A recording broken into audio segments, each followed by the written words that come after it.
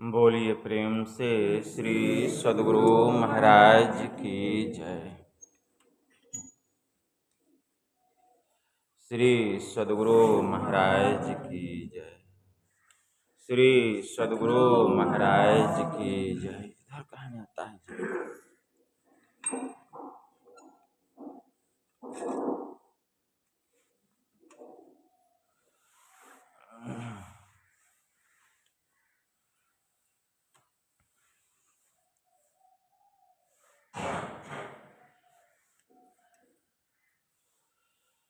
नमामि अमित ज्ञान रूपं कृपालं अगम बोधदाता सुबुद्धि निधि विशालम् क्षमाशीलयति धीर गंभीर ज्ञानम्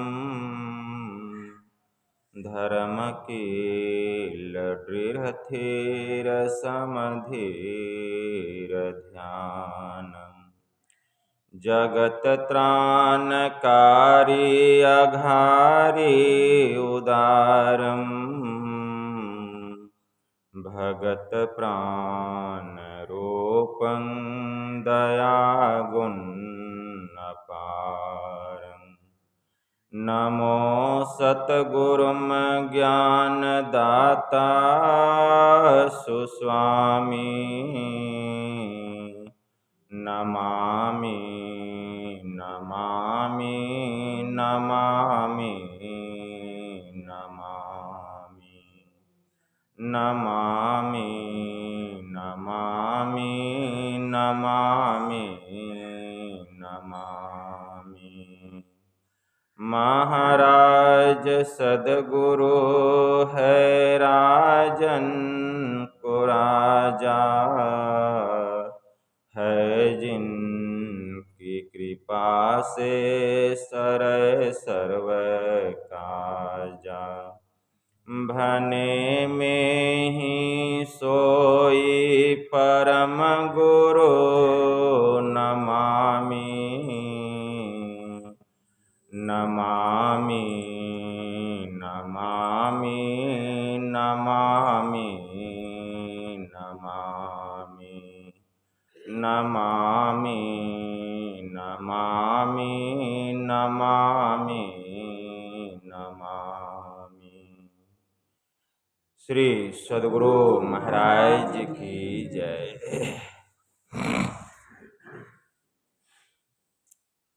अव्यक्त रूप में प्रातः स्मरणीय अनंत श्री परम विभूषित परमाराध्य संत सद्गुरु महाराज के पावन कमल चरणों में बारंबार नमन। आदरणीय सत्संग प्रेमी गुरुजनों, भक्तिमती माताओं एवं धर्मशीला बहनों, आप लोगों को सर्वविदित हो चुका है कि आज का दिन बड़ा ही पावन और परम पवित्र दिन है, क्योंकि आज के ही दिन इस भूतल पर, इस अवितल पर, इस वसुंधरा पर 20वीं सदी के महान संत सद्गुरु महर्षि में ही परमहंस जी महाराज के प्रधान शिष्य महर्षि संतसेवी परमहंस जी महाराज का अवतरण हुआ था। आज उन्हीं की जयंती मनाने के लिए हम लोग यत्र तत्र से संत मत सत्संग मंदिर प्रवत्ति में उपस्थित हुए हैं। यह हम लोगों का परम सौभाग्य है। गुरु महाराज की जयंती सबको मनानी चाहिए। जयंती सबकी नहीं मनाई जाती है, लेकिन अब लोग सब लोगों की जयंती मनाते हैं। हाँ, जन्मदिन आप सबका मना सकते हैं, लेकिन जयंती नहीं मना सकते हैं। जयंती परमहंस महापुरुषों की मनाई जाती है। अब सब लोग परमहंस हो गए हैं, कोई हंस भी नहीं रहा, सब परमहंस हो गए। मैं स्पष्ट कहता हूं, परमहंस किसको कहते हैं जानते हैं? हंसों में एक राजहंस होता है। राजहंस के सामने दूध में पानी मिला करके रख दीजिए, तो राजहंस जो होता है वह दूध को ग्रहण कर लेता है और पानी को छोड़ देता है। नहीं विश्वास है तो करके देख लीजिए, लेकिन हंस नहीं, राजहंस होना चाहिए। और राजहंस कहाँ मिलता है? मानसरोवर में, सब जगह नहीं मिलता है। उसी प्रकार हंसों में एक परमहंस होते हैं, परमहंस योगी। परमहंस किसको कहा गया है? हमारे परमाराध्य संत सद्गुरु महर्षि में ही परमहंस जी महाराज ने सत्संग योग में इसकी चर्चा किए हैं। वेद का चौथा मंत्र मनोयोग पूर्वक पढ़िए। हम वेद को पढ़ते हैं लेकिन समझते नहीं हैं। एक होता है पढ़ना और एक होता है गढ़ना। वेद में मंत्र आया है, क्या मंत्र आया है? ओम प्रहंसा संस त्रिपला बगनु मक्षा माद अस्तंग वृषगना अयासुह अंघोषिनम पवमानम सखायो दुर्मर्षम वानम प्रवदंती साकम। इस मंत्र के द्वारा वेद भगवान उपदेश करते हैं। किसको उपदेश करते हैं? इस मंत्र के द्वारा वेद भगवान जीवात्मा को उपदेश करते हैं कि हे जीवात्माओं, जो उत्तम और अचल समाधि के साधक होते हैं, जो उत्तम और अचल समाधि के साधक होते हैं, जिन्होंने की त्रिगुणादिकों को पार करके दूध में मिले हुए जल को हंस के पृथक पृथक करने के सामर्थ्य की तरह सत्यासत्य निर्णय करने में जो परमहंस योगी हो, जो अत्यंत तेज से युक्त होकर सब देहों में एक समान उस सर्वव्यापक और रमणीय अनाहत नाद से संपन्न परमात्मा को, जिसकी ज्योति शरीर के बाहर और भीतर संपूर्ण लोकों में प्रवाहित हो रही है, उस सोम रस को जो योगाभ्यास द्वारा प्राप्त करते हैं, आप सब भी उसका अनुकरण करें। वास्तव में जिसने उस सोम रस को प्राप्त कर लिया है वही परमहंस योगी है। या ऐसे समझे जिसकी सूरत जीवन काल में सारे आवरणों को पार करके उस सार शब्द में लीन हो गई है, और पिंड में व्रतते समय जो उन्मुनी अवस्था में रह करके उस सार शब्द में लगे रहते हैं, ऐसे महापुरुषों को परमहंस योगी कहते हैं। तो जो ऐसे महापुरुष होते हैं, जो ऐसे परमहंस योगी होते हैं, ऐसे महापुरुषों की जयंती मनाई जाती है। कितने हैं ऐसे महापुरुष? देह स्थित इस कांति स्वरूप आत्मा को उपदेश कर रहे हैं। कौन? वेद भगवान। क्या उपदेश कर रहे हैं? कि हे जीवात्माओं, जो उत्तम और अचल समाधि के साधक होते हैं, जिन्होंने की त्रिगुणादिकों को पार करके, त्रिगुणादिक मतलब क्या समझे? सतोगुण, रजोगुण और तमोगुण, जो तीनों गुणों से परे हो गए हैं, त्रैगुणातीत हो गए हैं, 3 गुण के बंधन में वे नहीं हैं, वे तीनों गुणों के बंधनों से रहित हो गए। दूध में मिले हुए जल को हंस के पृथक पृथक करने के सामर्थ्य की तरह सत्यासत्य निर्णय करने में जो परमहंस योगी हो, जो अत्यंत तेज से युक्त होकर सब देहों में एक समान उस सर्वव्यापक और रमणीय अनाहत नाद को प्रत्यक्ष करने का लक्ष्य करके अपने भीतर में अप्रकट रूप से उस सोमरस को प्राप्त करते हैं, ऐसे महापुरुषों को परमहंस योगी कहा गया। तो ऐसे महापुरुषों की जयंती मनाई जाती है, और बाकी जितने लोग हैं वे महापुरुष नहीं हैं, मनुष्य हैं। ऐसे लोगों का हम जन्मदिन मनाते हैं। ऐसे महापुरुषों की हम जयंती क्यों मनाते हैं? इसलिए कि उन्होंने अपने ऊपर में विजय प्राप्त कर लिया है, अपने ऊपर में अधिकार प्राप्त कर लिया है, उन्होंने मन को जीत लिया है, इस मन को अपने अधीन कर लिया है। वे मन के अधीन नहीं बल्कि मन उनके अधीन हो चुका है, मन उनके अधीन हो चुका है। एक राजा साहब थे।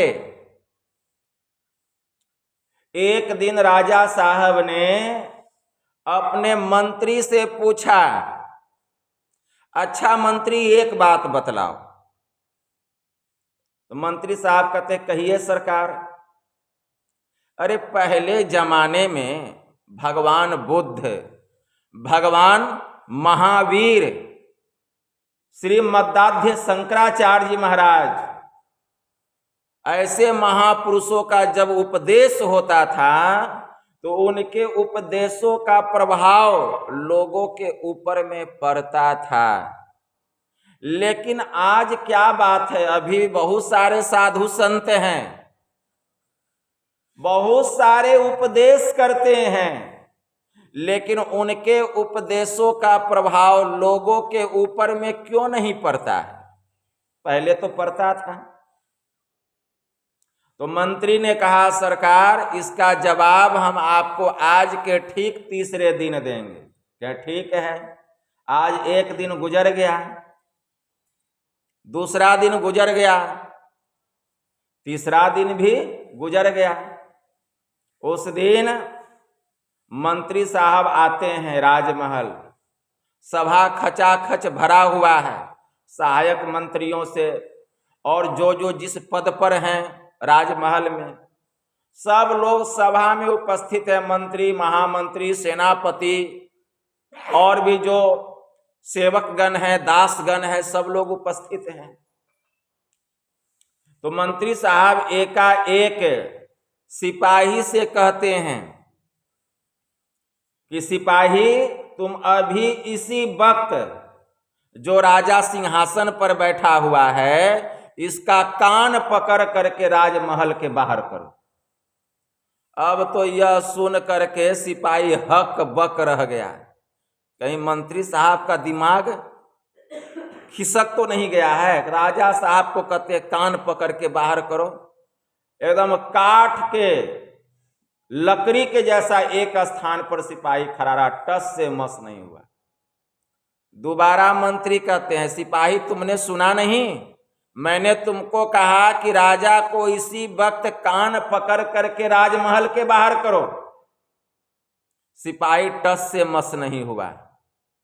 राजा को भी रहा नहीं गया, क्रोध आ गया, कहा कि मंत्री साहब कहीं आप पागल तो नहीं हो गए हैं? तो मंत्री साहब कहते हैं, महाराज यही आपके सवाल का जवाब है, क्योंकि बिना अधिकार प्राप्त किए अगर कोई कुछ कहते हैं तो वे पागल कहलाते हैं, और पागलों की बात का प्रभाव लोगों के ऊपर में नहीं पड़ता है। कहता है ये पागल है, ऐसे बकबक करता है, उसका कौन सुनता है?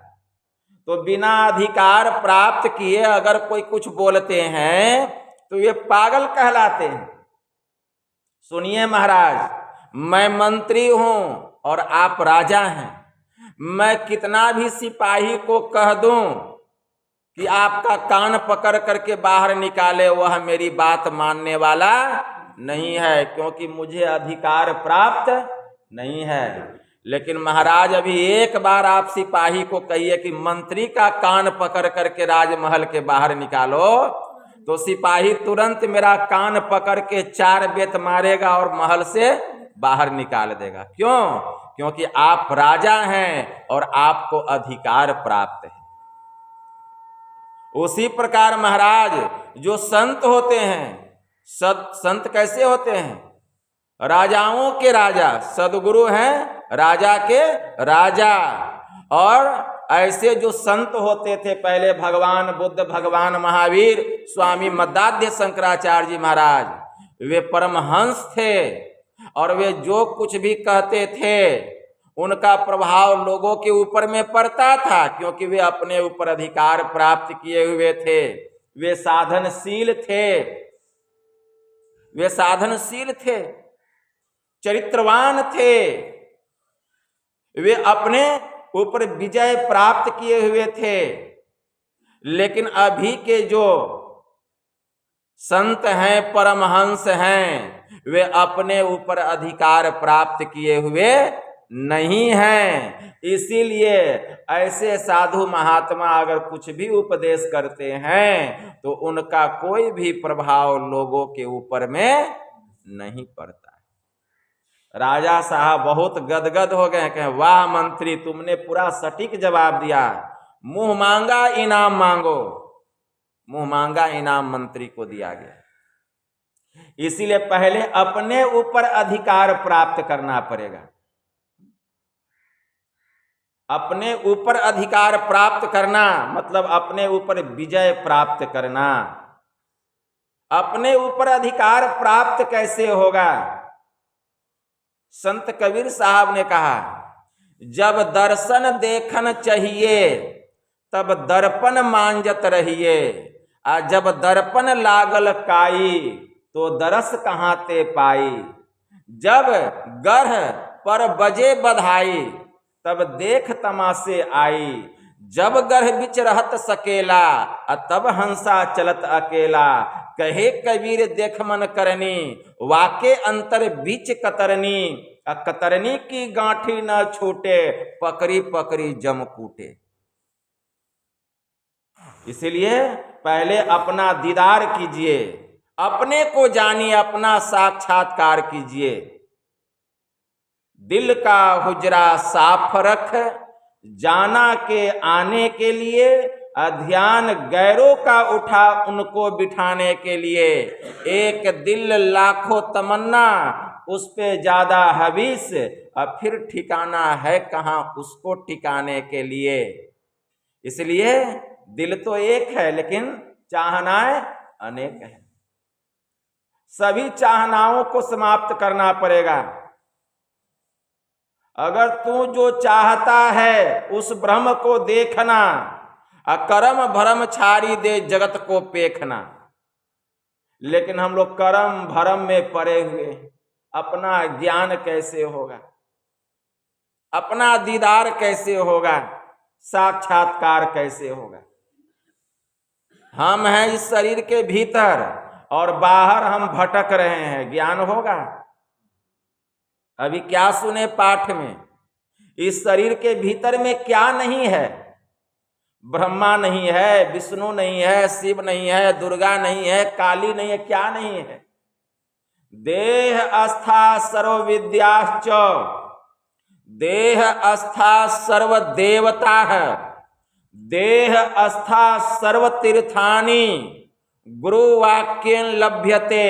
इस देह के भीतर सब विद्या, सब देवता और सब तीर्थ भरा हुआ है। केवल गुरु के उपदेश की आवश्यकता है, गुरु के उपदेश की आवश्यकता है। हमारे गुरु महाराज ने भी कहा, अति पावन गुरु मंत्र मन ही मन जाप जपो, उपकारी गुरु रूप को मानस ध्यान थपो, देवी देव समस्त पुरन ब्रह्म परम प्रभु, गुरु में करे निवास कहत है संत सबो। प्रभु हूँ से गुरु अधिक जगत विख्यात है, बिनु गुरु प्रभु नहीं मिले यद्यपि घट माही रहे। तो सब देवी देवता इस शरीर के भीतर में, कोई बाहर नहीं है। तो फिर बाहर क्यों भटक रहे हैं? क्यों? इसलिए कि आप निगुरा हैं, गुरु धारण नहीं किए। यह ज्ञान तो गुरु बतलाएंगे। भगवान शिव जी ने ब्रह्मा जी से कहा, कर्ण धारम गुरुम प्राप्य तद्वाक्यम पल्लव ढिरम, अभ्यास वासना शक्तिया तरंती भव सागरम। कर्णधार संत सदगुरु रूपी मल्लाह को पाकर और उनके उपदेश रूपी नौका को पाकर अभ्यास करने की शक्ति से जीव एक दिन इस संसार रूपी सागर को पार कर जाता है, दुखों से वह छुटकारा प्राप्त कर लेता है। कैसे छूटेगा दुख से?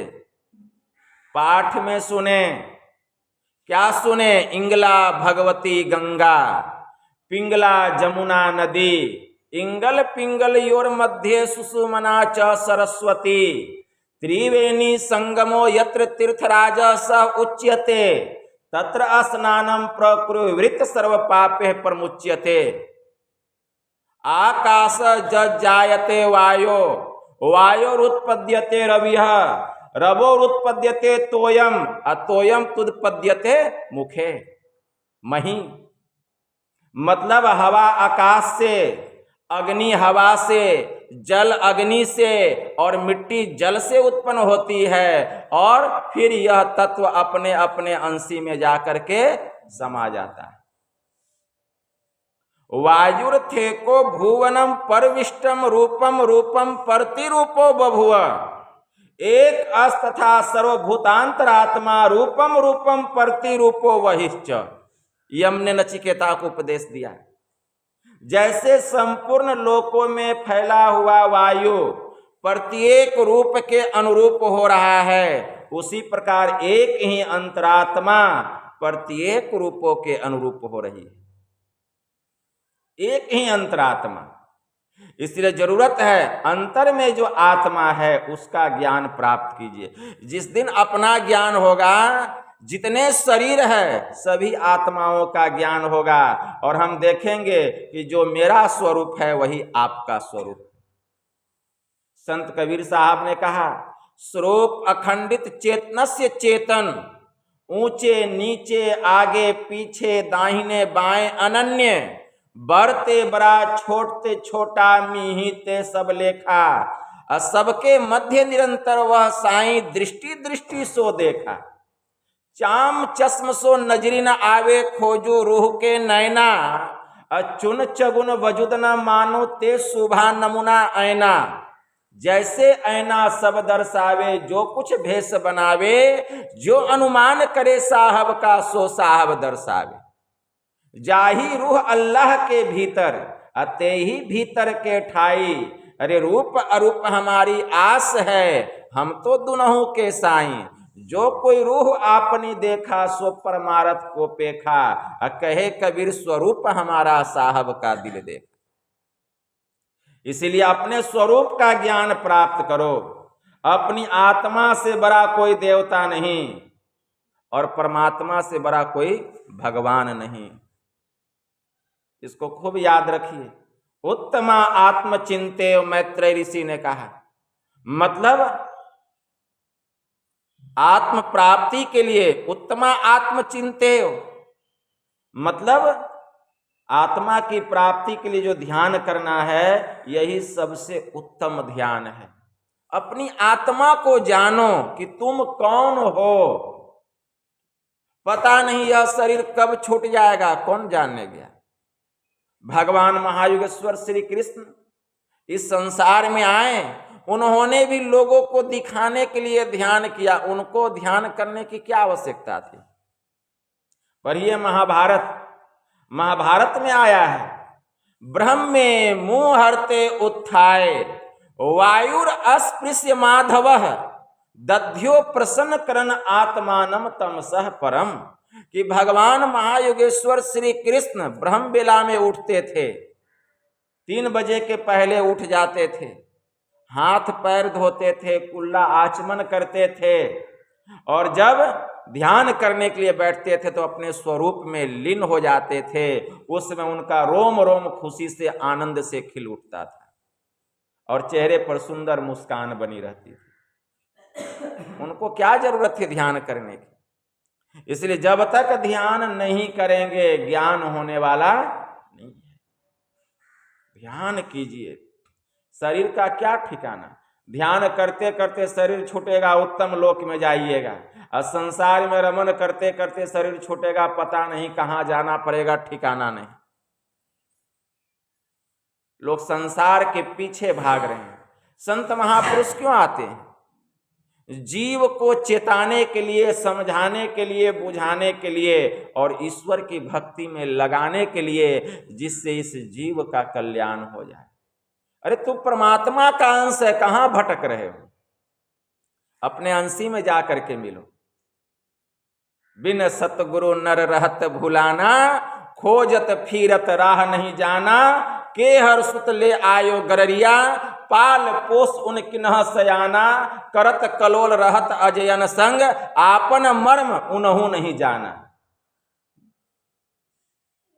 के हर एक जंगल से आयो, के हर एक जंगल से आयो, एक जंगल से आयो मतलब एक सिंह जंगल से आया।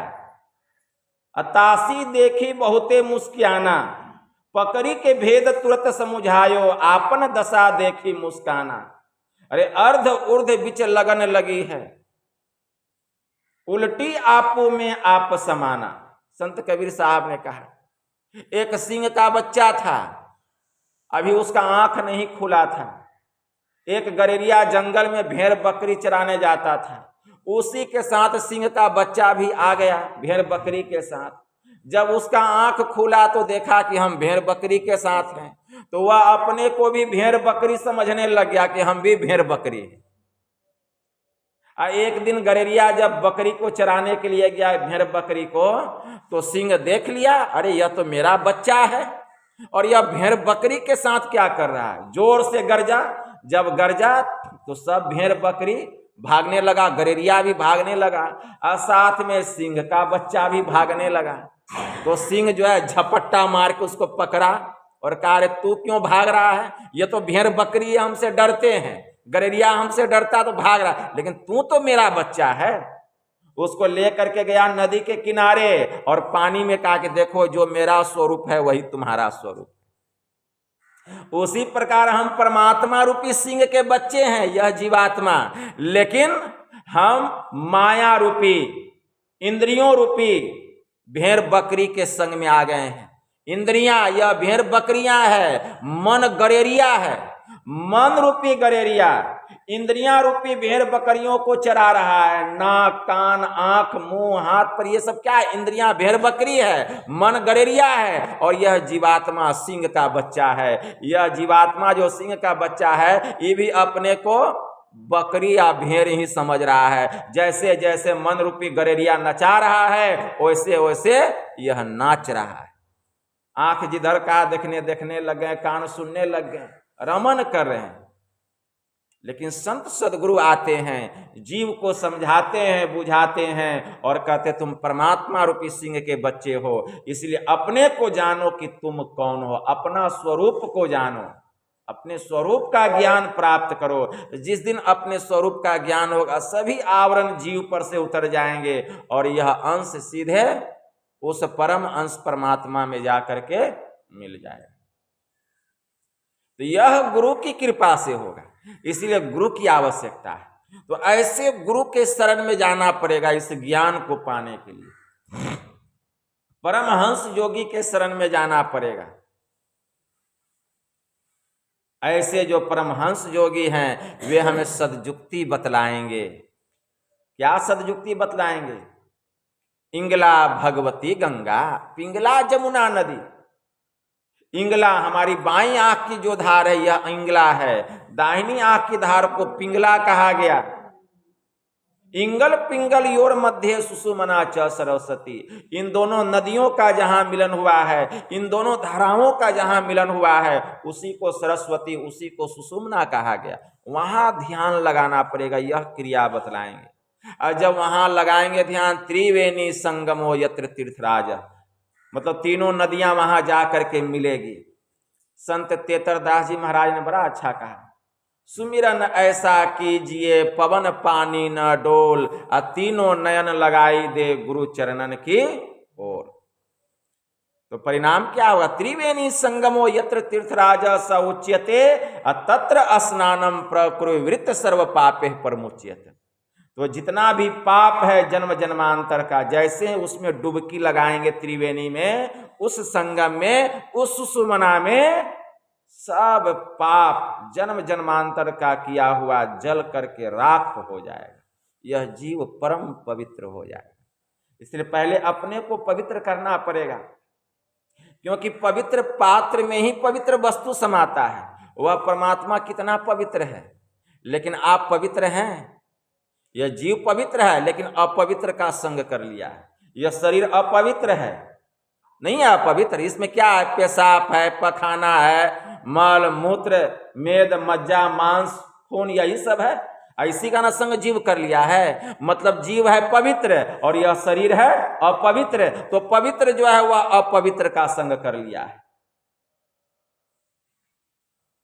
जा शरीर माही तू अनेक सुख मानी रहियो, ताही तू विचार कर या में कौन बात भली है। मेद मज्जा मांस रग रग में रक्त भरियो, अब पेट हूँ पिटारी सी में ठौर ठौर मली है। हारन हूँ सो बनियो मुख, हारन के नैन नाक हाथ पांव सो सब हारन की नली है। सुंदर देखी यही जनी भूले कोई, अरे भीतर तो भंगार भरी ऊपर तो कली है। हमारे प्रमराध्य ने कहा, तन नौ द्वार हो रामा, अति ही मलिन हो ठामा, त्यागी चढ़ो दसम द्वारे, तब अति सुख पाऊं रे भाई। संत राधा स्वामी जी महाराज ने कहा, सखी क्यों देर लगाई, चटक चढ़ो नौ द्वार, इस नगरी में तिमिर समाना भूल भ्रम हर बार, अब खोज करो अंतर उजियारी छोड़ चलो नौ द्वार। तब यह जीव पवित्र होगा। पहले अपने को पवित्र कीजिए। जवाला ऋषि ने क्या कहा? चितम अंतर्गतम दुष्टम तीर्थ स्नान नैन शुद्ध्यति सत्सु अपि जलर ढोरतम सुरा भांड मीमा शुचि। भीतर में रहने वाला यह जो दूषित चित्त है, यह तीर्थों में डुबकी लगाने से पवित्र नहीं होता। खूब गंगा में डुबकी लगाइए, केदारनाथ, द्वारिकानाथ, बद्रीनाथ, जगन्नाथपुरी जाइए, लेकिन यह जीव पवित्र होने वाला नहीं है। यह तो तब पवित्र होगा जबकि हम ध्यान करके उस सुषुमना में डुबकी लगाएंगे, तब ही पवित्र होगा। ऐसे पवित्र होने वाला नहीं है। तो सब चीज इस शरीर के भीतर में है, सब चीज भीतर में है। जरूरत है सच्चे संत सदगुरु रूपी बादशाह से सदजुक्ति जान करके वहां ध्यान लगाइए। ध्यान करते करते गुरु की कृपा होगी। आप पंच पापों से छूटते चले जाइएगा। ध्यान में जैसे जैसे सूरत आगे बढ़ेगी, पाप को छोड़ना नहीं पड़ेगा। लोग कहते हैं कोई चीज छोड़ना, ये छोड़ना क्या होता है? छोड़ना क्या होता है? छोड़ना कुछ नहीं है। हम यहां बैठे हैं, खंभा को पकड़ लेंगे, चौकी अपने छूट जाएगा। इसको छोड़ना क्या है? खंभा को जाके पकड़ लीजिए। तो छोड़ना कुछ नहीं है, मन को सही दिशा में लगाना। आप जैसे जैसे ध्यान कीजिएगा, आपकी सूरत आगे बढ़ेगी। आपको खुद लगेगा कि झूठ छोड़ के भाग गया, चोरी छोड़ के भाग गया, नशा हिंसा व्यभिचार छोड़ के भाग, ये अपने छोड़ के भाग जाता है। इसीलिए अगर हम सही दिशा में अपने मन को लगाएंगे, सही दिशा में हमारा मन ही नहीं लगता है। सुख और दुख का कारण मन है। कबीरा मन तो एक है, भावे तहां लगाओ, अब भावे गुरु की भक्ति कर, भावे विषय कमा। अभी मन विषय में लगा हुआ है और हम सत्संग में चले गए, विषय छूट गया, उसको छोड़ना पड़ा, वो तो अपने छूट गया। तो सही दिशा में जब हमारा मन लगता है तो अपने जो विकार है वो छूट जाता है, जो गलत चीज है वो अपने छूट जाता है। लेकिन हमारी सबसे बुरी आदत यह है कि हम गलत के संग ही रहना पसंद करते हैं। उसी में हमारा मन ज्यादा लगता है, सही दिशा में मन नहीं जाता है। क्यों? हमारी संगति वैसी नहीं है। इसीलिए महापुरुषों का उपदेश है कि सत्संग करो। सत्संग करते करते मन सही दिशा में मुड़ता है। सत्संग हम छोड़ देते हैं, सत्संग छूटा, आप जो है एकदम रसातल की ओर जा रहे हैं। आपको बुराई इस तरह से हावी आ जाएगा कि आप बच नहीं सकते। सत्संग ही एक सहारा है। इसलिए संत पलटू साहब ने कहा, क्या कहते हैं संत पलटू साहब? भाग रे भाग फकीर के बालके, कनक अरु कामिनी बाघ लागा, हमारी ताही लेंगे प्राप्त पछताएगा, बड़ा बेवकूफ जो तू नहीं भागा। श्रृंगी ऋषि हूं को तो थे मारी लिए थे जो लाख त्यागा, दास पलटू कहे बचेगा सोई, जो बैठी सत्संग दिन रैन जागा। इसलिए सत्संग कीजिए, खूब सत्संग कीजिए। सत्संग कीजिएगा, आपको लगेगा कि नहीं अब थोड़ा ध्यान करना चाहिए। क्यों? मन आपका शुद्ध हो रहा है।